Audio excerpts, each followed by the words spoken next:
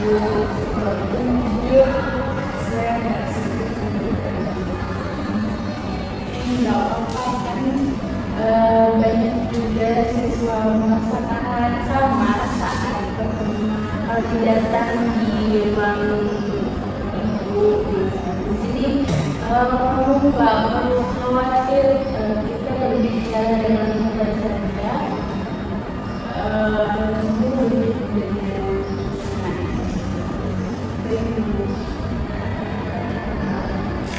Sebelum kita mulai, mau tanya dulu.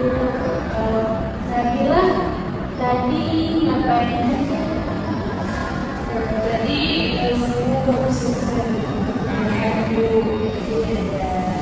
diskusi kelompok dan juga presentasi. Gimana diskusinya? Lancar? Tapi tadi waktu diskusi saya berdiam dulu. Saya lebih banyak menggunakan tapi saya tidak berbicara. Saya diskusi dan presentasi kamu tadi gimana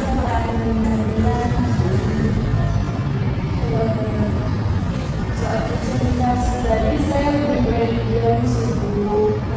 Saya mengatakan teman-teman itu melakukan diskusi, tapi saya tidak ikut berbicara dengan mereka, tidak ikut berpresentasi.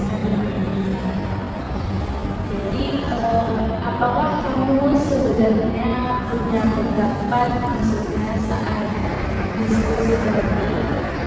Bu, mestinya saya ada beberapa pendapat yang saya keluarkan, tapi nggak tahu kenapa pendapat itu nggak bisa saya keluarkan. Bagaimana perasaan bilang ketika ide atau pendapat itu tidak disampaikan dari presentasi?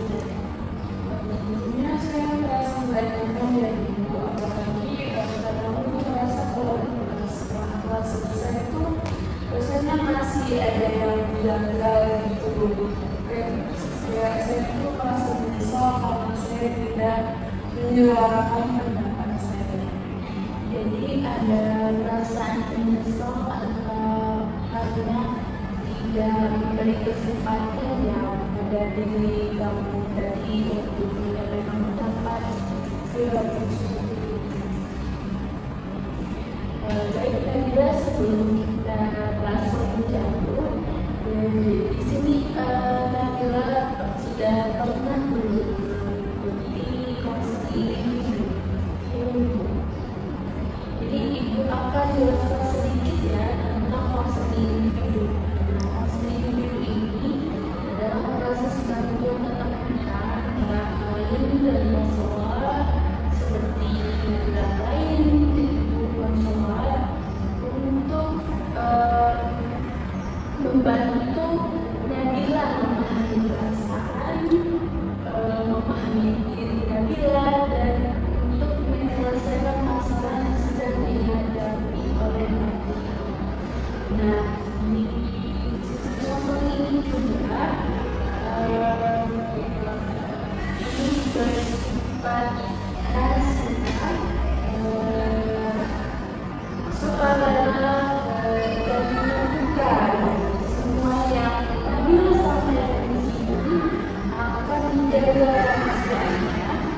Nabila juga bebas bercerita apakah dinilai dengan ini atau ditekankan dan apakah Nabila sudah bersedia untuk menunjukkan konseling tersebut. Coba sekarang Nabila ceritakan lebih dalam sejak kapan Nabila menyusui akan perasaan atau mengungkapkan di depan teman-teman Nabila. Sebenarnya sudah masuk atau di SMA juga ada sesi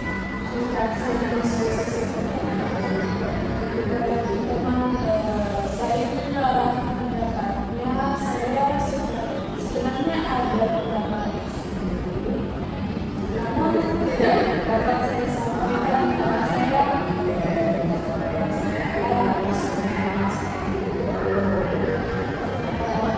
biasanya yang terlintas di pikiran Nabila ketika ingin berbicara mengatakan kelas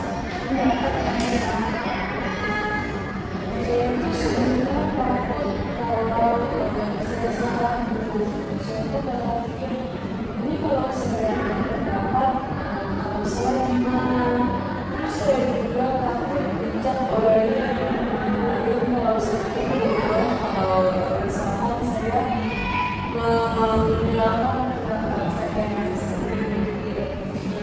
Jadi kemungkinan itulah muncul lebih dulu sebelum kamu bicara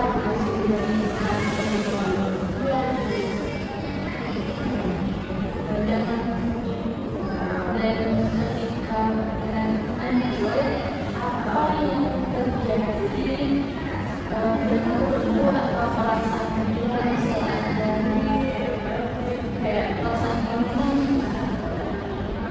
Jadi ketika saya hendak mengenalkan itu benar saja saya merasa cemas, saya merasa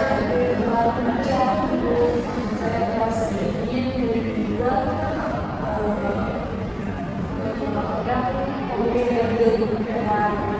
akhirnya saya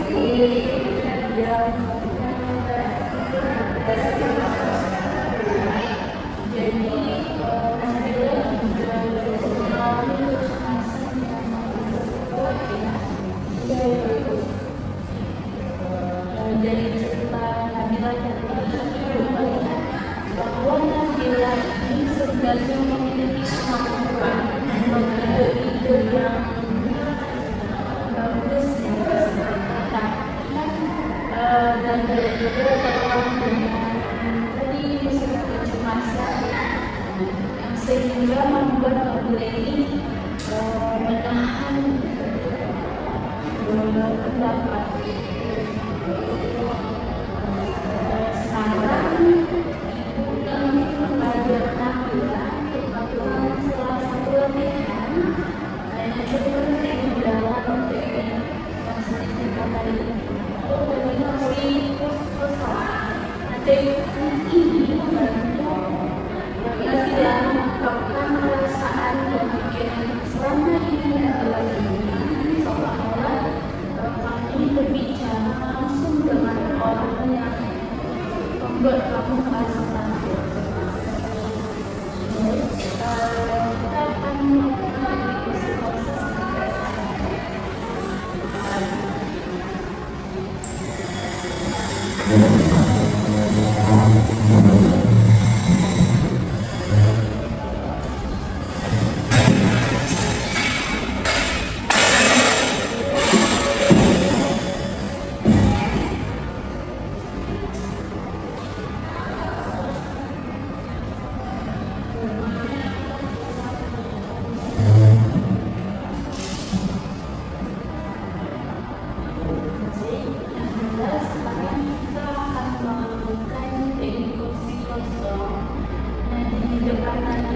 kan ada satu kursi kosong.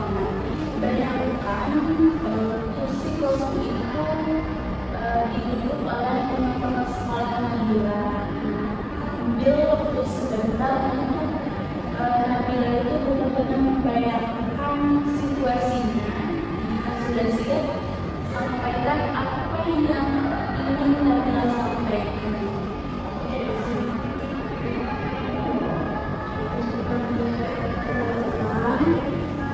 Saya sebenarnya ingin juga berbicara seperti kalian. Saya juga punya pendapat seperti kalian. Tapi saya selalu merasa takut. Takut kalau kalian menganggap saya tidak pintar dan saya melakukan salah. Teruskan dengan perasaan yang Nabila dari itu berdiskusi saya ingin mendengar bahasa Inggris. Saya takut salah. Saya takut kalau tertawakan. Saya mau mendengar.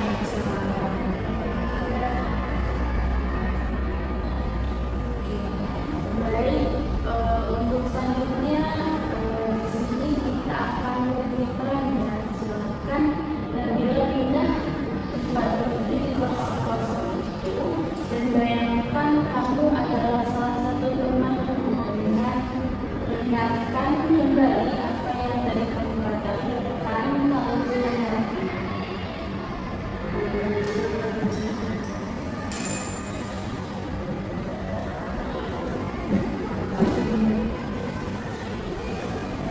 Nabila, sebenarnya kami tidak pernah berpikir seperti yang kamu pikirkan. Kami tidak akan pernah menertawakan kamu karena kamu salah. Kami tidak akan kami tidak akan menganggap kamu bodoh karena kamu salah. Kami juga sering merasa gugup dan juga takut salah. Tapi kami tetap berani untuk menyuarakan pendapat kami. Oke, Nabila teruskan sebagai pembawa. Kalau kamu berbicara, kami justru ingin mendengarkan kamu. Kami juga tidak selalu yakin dengan pendapat kami sendiri, tapi kami tetap berusaha untuk menyuarakan pendapat kami. Sekarang Nabila kembali ke kursi yang semula dan dengarkan kembali kata-kata itu.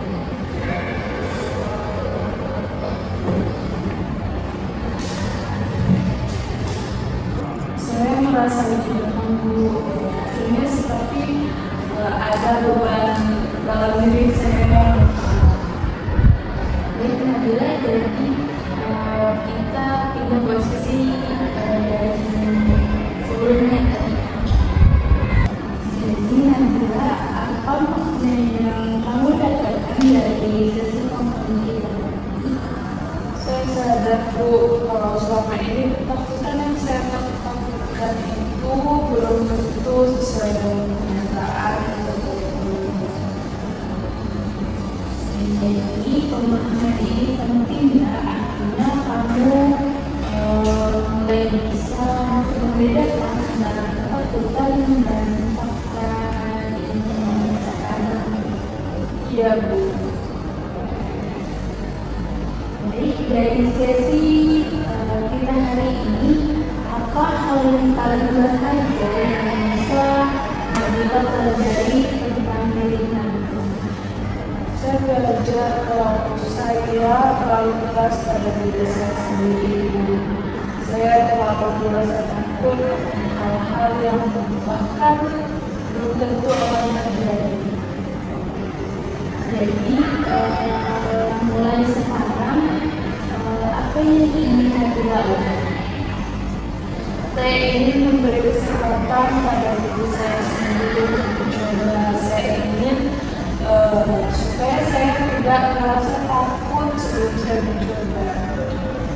Baik, kita sepakati ya sampai pertanyaan berikutnya, maka Nabila harus mencoba menyampaikan pendapat Nabila baik di kelas, misalnya diskusi kecil-kecil, baik itu tidak harus maksudnya tidak harus sempurna. Jadi Nabila itu harus berani ya mengungkapkan misalnya pendapat yang ingin Nabila sampaikan.